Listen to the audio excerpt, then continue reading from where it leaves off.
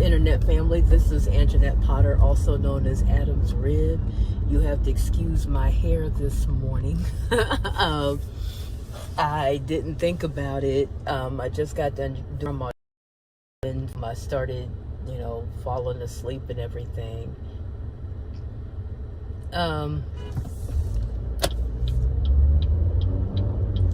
So I'm still going to talk about spiritual abuse. And as I said, I'm never going to quit. I started following this new YouTube channel. I can't remember the name of the channel, but he was, the young man is doing skits.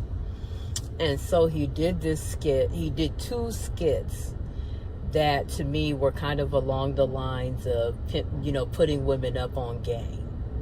When men say certain things, it's really meant to manipulate you and put you on a guilt trip and whatever. So the first one he did, he was, he said when your girlfriend's friend catches you cheating, or, and so he was pretending to be on the phone with, well, we caught you once, she caught you, one other time.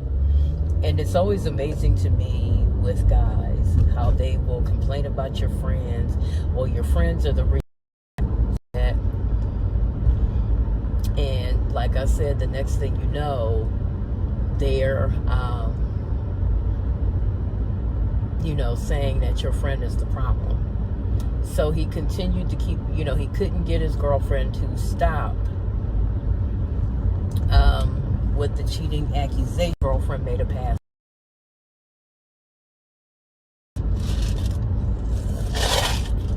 And out of the next breath, he said, well, your girlfriend, I wasn't going to tell you this because I didn't want to break up your friendship, but your girlfriend was flirting with me. Now, earlier that morning, someone had posted and they were talking about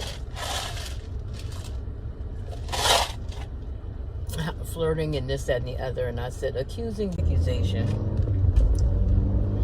or in some cases, to cover up rape. On the more serious, darker end,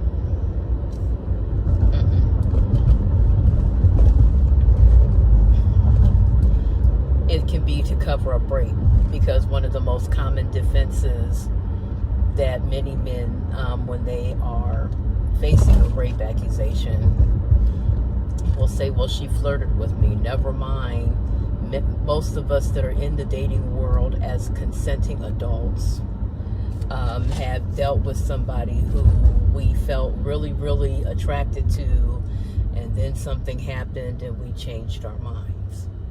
You're allowed to change your mind. But I had said that because I knew that this guy was going to say, well, she flirted with me.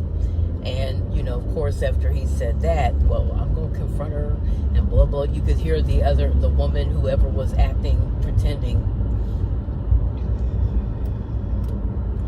And so he did another one last night that I saw. And I never blah, blah, the standard line that's being said about black men right now is how many of them have never had a stable upbringing. Guys who cheat come from all kinds of backgrounds, and many times they might be cheating because they had a dad who cheated.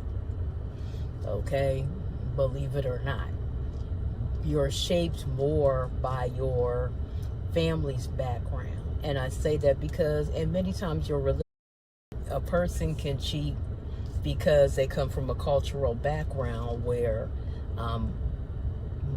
monogamy is not seen as manly. Culture is not, like I said, coming out of the church background that I recently left, were tailored to get women used to men not I used to hear whenever I had a guy cheat on me. So when you don't ever count out your relevant experiences, because many times you may hear something and go, why does that sound familiar? Or pay attention when the Holy Spirit says, why does that sound like a line? Where the mother was confronting him. He was, oh, I never had, what you do for your husband, I never had nobody do that for me. I never saw that growing up. And it's really a way of giving yourself a pass on not wanting to behave right in a relationship. Now, I've already said that there's, this thing, black women divesting. I don't have a problem with women putting themselves first. I don't have a problem with women prioritizing themselves. And one of the reasons I don't have a problem with that is because I don't mean just being on a job. I mean taking care of everybody else first and putting themselves, looking out after everybody else, not taking that sabbatical that they need to take. And us as moms and grandmoms, and in some cases great grandmoms, it's for me, it's that class that you want to take, that maybe you were a credit or two shy of a degree, which would have put you in licensure to do a particular career. And or maybe just a lot of things. Like, we tend to be dead last. We tend to worry as women about if our household is gonna fall apart if we're not there themselves and cook for themselves. Her friends made fun of her because they were like, she was the way I learned how to cook. Nobody parked me in front of a stove and made me cook. I just learned how to cook by being at my cousin's house, like at least to looking after their younger siblings. And so because of that, they learned how to cook. And so I remember helping them out in the kitchen. I remember helping my grandmother out in the kitchen. I remember helping my aunt whenever I would go and visit her out in the kitchen. So whenever I would cook and do holiday meals, it made me feel closer to them once they passed away. And so the ability to cook came by way of me watching them. It wasn't really hard for her to get in the kitchen and make stuff. She likes to cook at home now.